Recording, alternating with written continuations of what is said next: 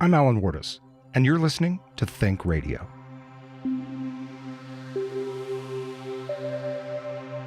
Fear breeds fear. The unknown is fearful, and the more we don't talk about something, the more we're afraid of it. That's from my recent conversation with Pamela Brunsell and Nici Graves with Gunnison Valley Health Hospice and Palliative Care. They spoke candidly about the realities of death and dying, and why no one should have to face them alone. Stick around for another great episode of ThinkRadio. ThinkRadio is supported by the Gunnison Country Times, Gunnison's locally owned hometown newspaper, and by listeners like you. To find out how you can become a ThinkRadio supporter, visit kbut.org. Thanks for joining me today. I really appreciate your time. Thank you. Thank you. I was looking up the definition of the word hospice, and I was really intrigued by one of the archaic definitions, which is a lodging for travelers, particularly run by a religious organization. Right. You know, you can imagine in medieval times, you're traveling along and there's the abbey, and so that's where you stay. I loved that definition because even in the way that word has evolved now, we're all just travelers. And what you guys do at Gunnison Valley Health, and help me with this again, it's home and hospice. It's home health and hospice. Home health and hospice, thank you. What you guys do is provide rest for travelers in a way. I love that image. But having said that, why don't you tell us what hospice is? Pam? Hospice, in my mind, is a frame of being. It's about providing quality when quantity isn't necessarily an option. Specifically at end of life. Correct. Whatever that may look like to any individual. Hospice truly does strive to improve a person's life so that they can enjoy what they have left. Right. And how? How do we go about doing that? Well, we do that with counseling, a team effort. There's a lot of people on our team that work together to try to support not only the patient, but the family and the loved ones, the caregivers. And we do that by trying to take away stress. They're no longer trying to go to this physician or that physician or take this drug or that drug. They should enjoy whatever they want to as far as mealtime. If they don't want to quit a bad habit, they don't have to. Now's not the time. Now is not the time.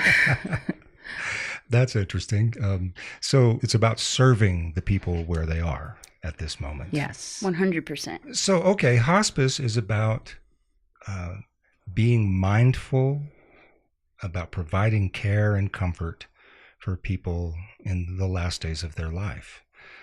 We've avoided a word so far that is kind of a taboo word in our culture. Correct. Right? What word is that, Nici? Death. Death. Oh my gosh, yes. Why do you think we are so afraid of even saying the word death? You say the word hospice to some people, and they get very, very nervous. Fear breeds fear. The unknown is fearful, and the more we don't talk about something, the more we're afraid of it. So, Nici, explain that. Fear breeds fear. What do you mean when you say that? The more that there is unknown about a specific topic, the more we have space to make up our own assumptions and what we see as our truths. Hospice has been around since the late 80s in the context that it currently is. And I think with all things, as you transition and grow, there are bad experiences or learning opportunities. And if people only share those parts of their experience with hospice, and that's the only message that's ever discussed in a community, then you're just perpetuating those negative assumptions that oftentimes are not true or misunderstandings. And so by bringing light to the fact that we will all encounter death in our lifetimes more often, more than once, we can then start to explore those anxiety-ridden subjects and and through that, hopefully live more fulfilling lives. You said it right there. Death is not something that is strange to us.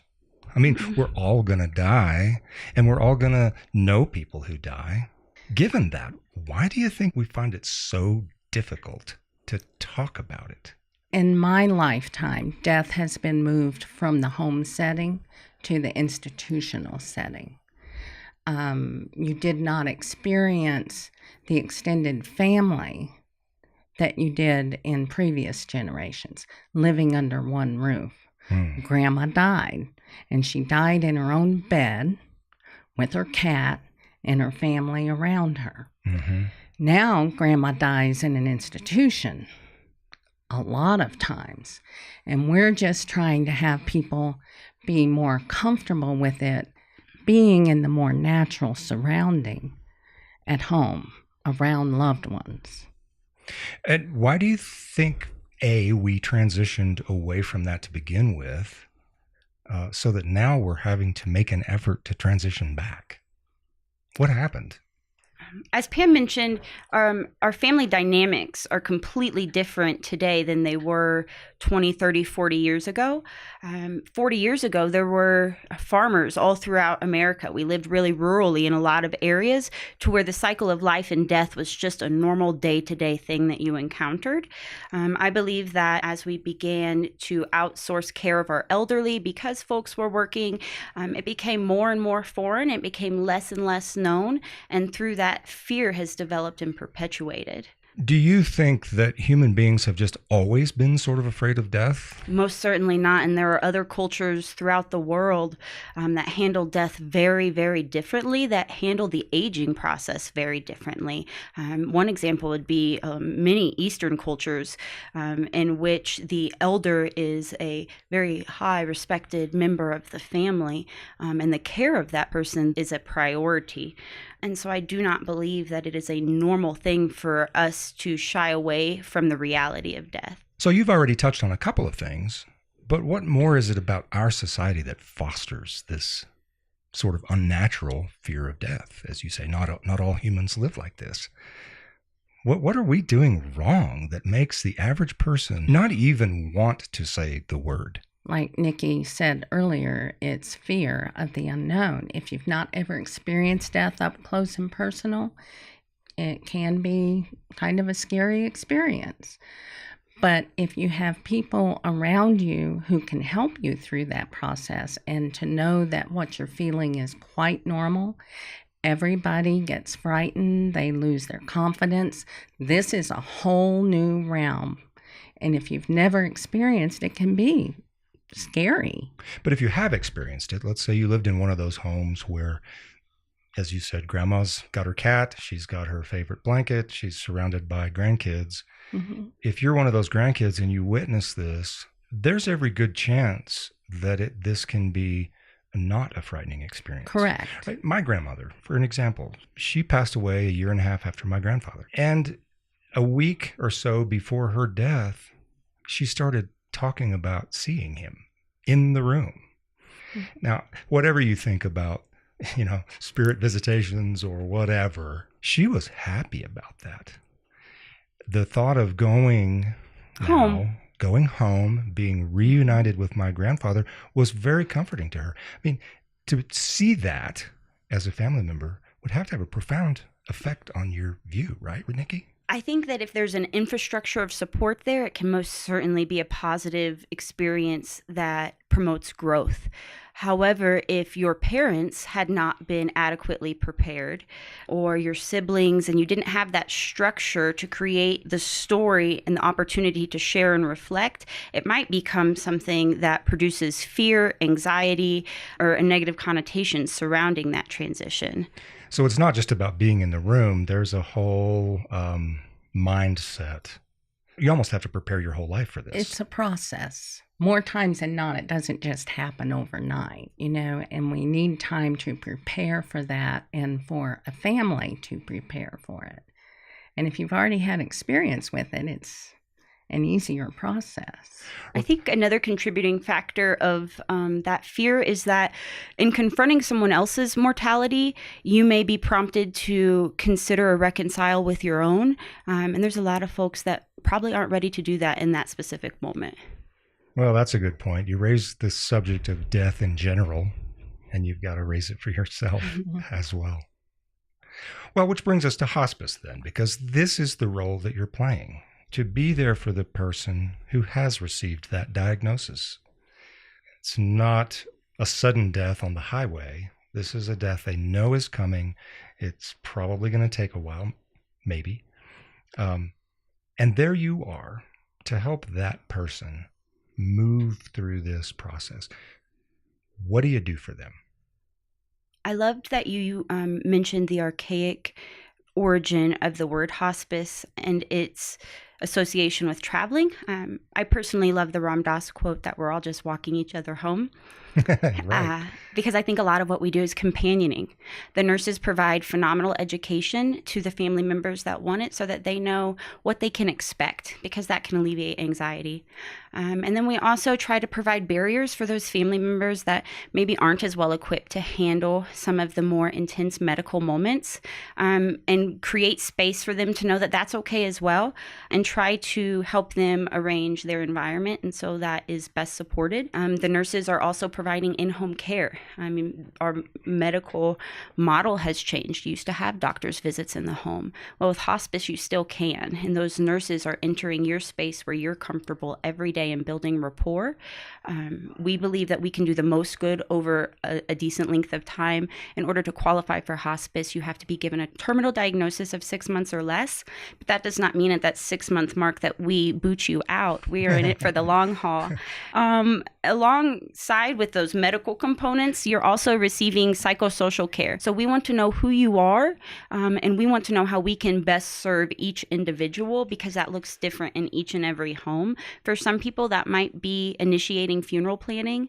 For some people, that might mean facing some of those unresolved issues of their former life, whether that be contacting loved ones they haven't spoken to in some time, or going to the river one last time. Wow. So that's comprehensive. I mean, it's not just about pain control.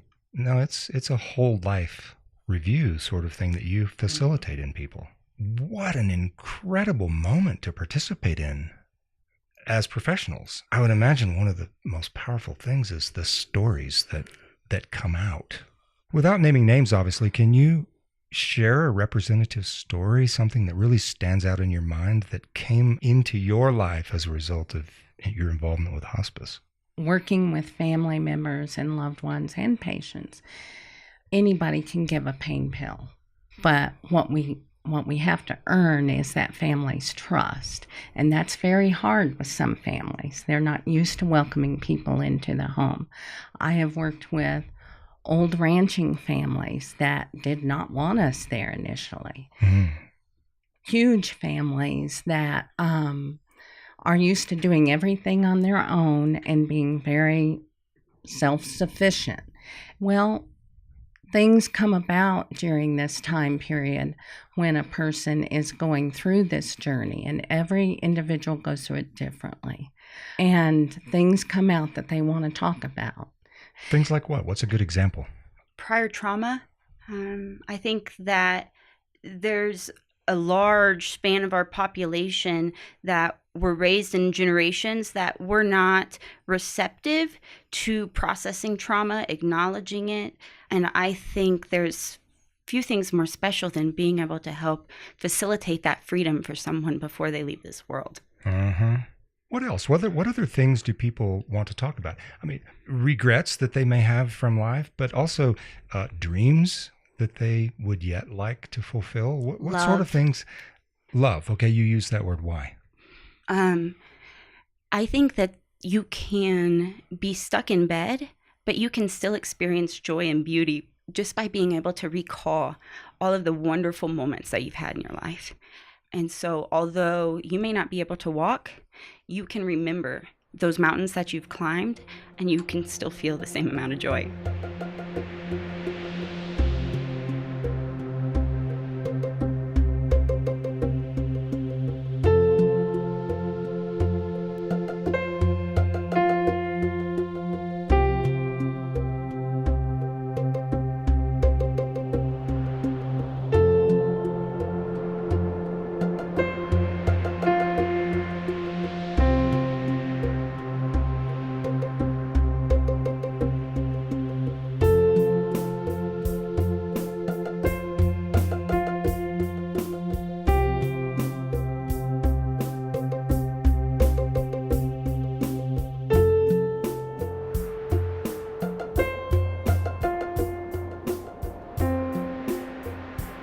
So tell me how it is that you and your staff go about facilitating that sort of thing. Because here again, I'm wanting to get at the misconceptions that people have about hospice. I think they still picture mostly medical intervention. That's not what you're describing at all. How do you go about facilitating this sort of whole person approach? It's not just about medical procedures, but about emotion and psychological traumas, for example, and so forth. What's the process look like?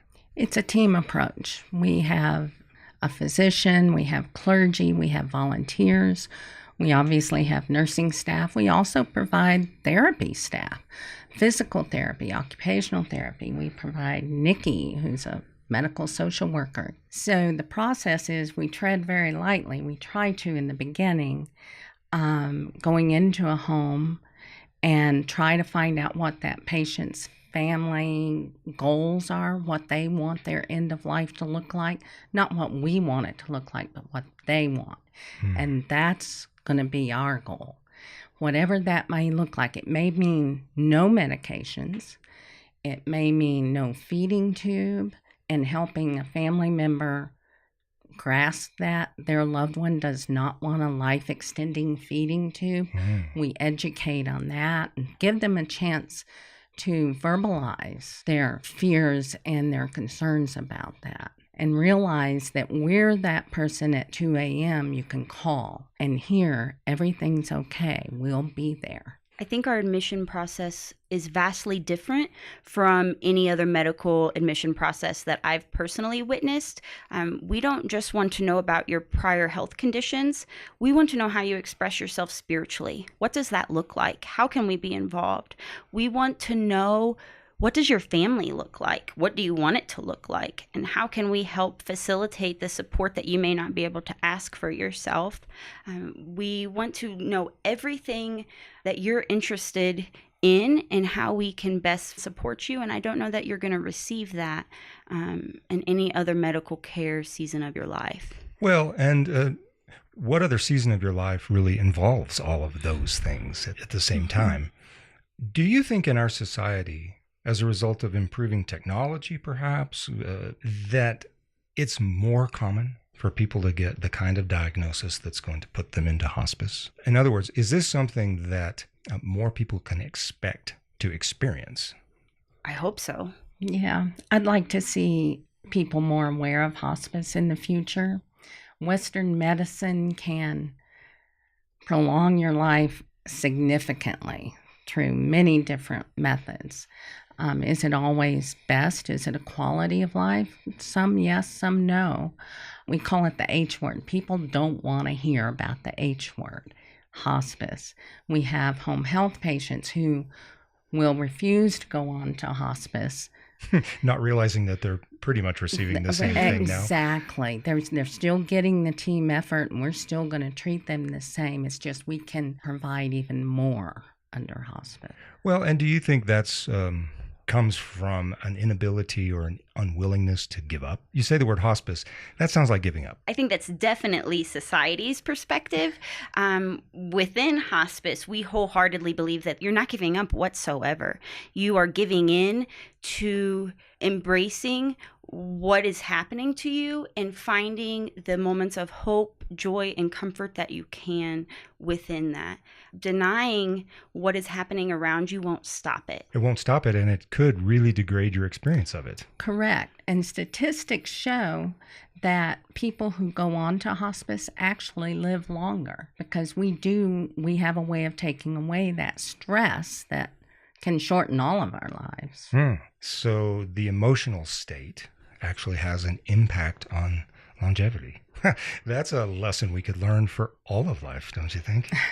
Most certainly. Is it common for hospice to be part of a comprehensive health system like Gunnison Valley Health these days, or are they normally standalone organizations?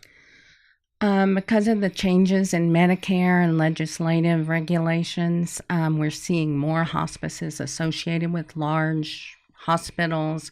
It's Medicare is moving more to a continuum of care rather than piecemealing it. So I do think we will see more of that. Standalone hospices, if they're large enough, can financially sustain themselves. Smaller hospices like ours, this valley could not sustain a hospice without GVH. And so, other than financial support, what are some of the advantages of being integrated with a health system? Well, we have the support of the entire system. We have the support of our medical director. We have resources at the hospital we can call.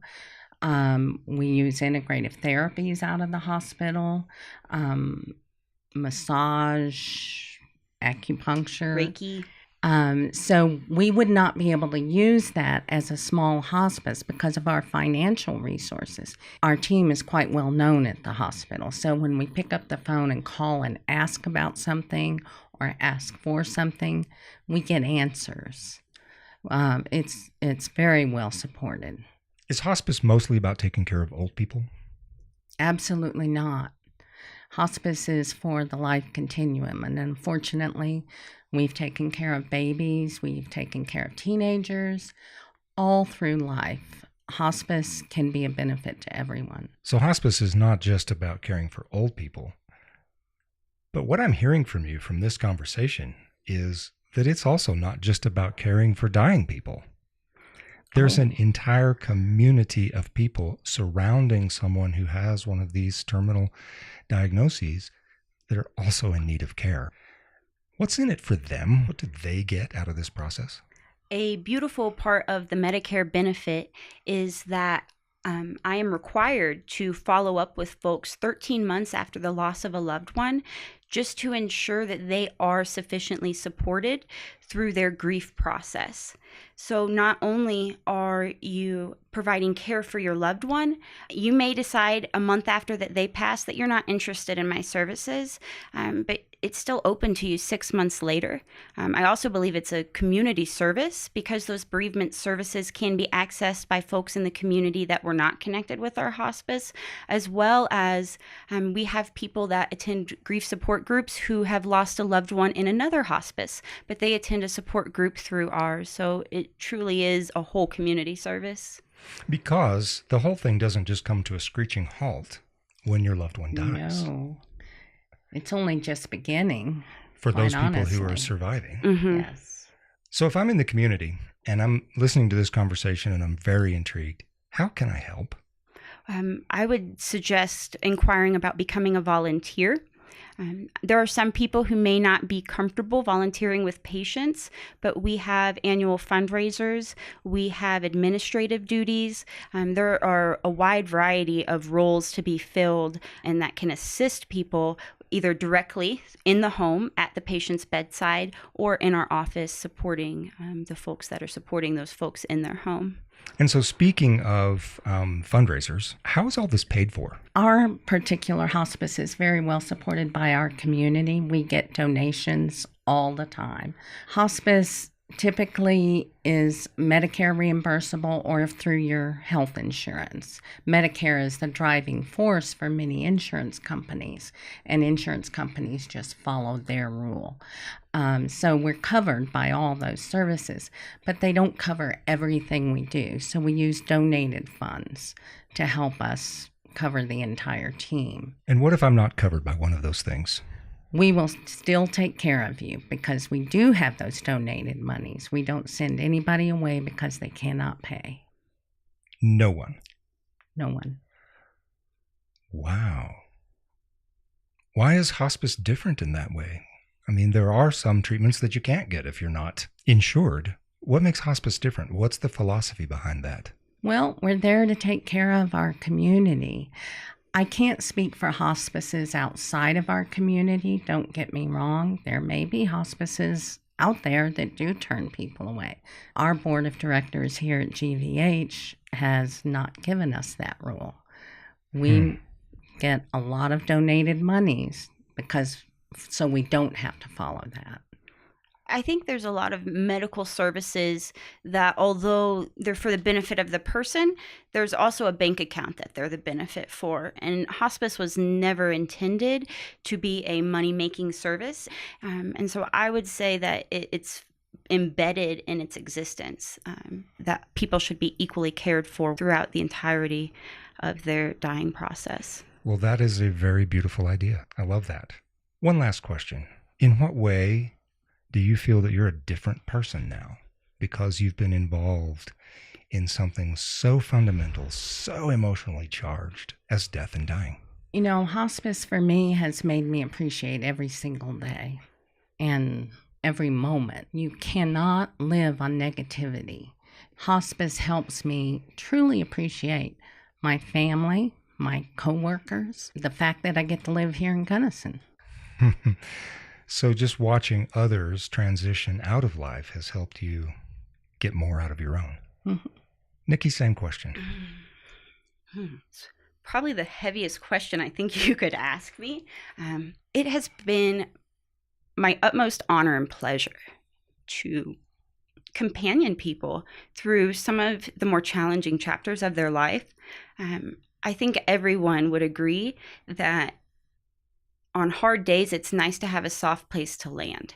And so to be able to create space and to create an environment where people not only feel supported, but they can have expression of themselves facilitated by me, it's the most honor I could ever imagine. And I also agree with Pam that the more time you spend with the dying, I think it's just inherent, the more intent you will be upon living. Is self-care a really important part of your job? Yes. If you want to have any longevity whatsoever as a helping professional, you must take care of yourself because you cannot pour from an empty cup. I think that it may be easier in our community because we do live in a playground of nature that is world-class. And what other things would you recommend for self-care? Because, listen, there are some people who are giving end-of-life care outside of hospice. Right. What recommendations would you make to those people for self-care? So I encourage folks to try to find a paid caregiver if you can. If finances are an issue, reach out to some of your local nonprofits. You can reach out to our organization. Being a small community, they're not extensive, but there are resources. If that's not an option, potentially volunteers to sit with them so that you can get some sleep. Sunshine, I think, is also really important. Having your spiritual practice, movement. Watching funny movies from time to time. Having a reason to laugh. Thanks for joining me today. Thank you. Great conversation.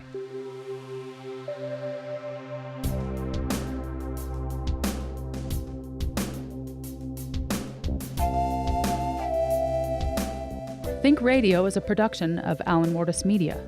To contact Alan, visit alanwardismedia.com.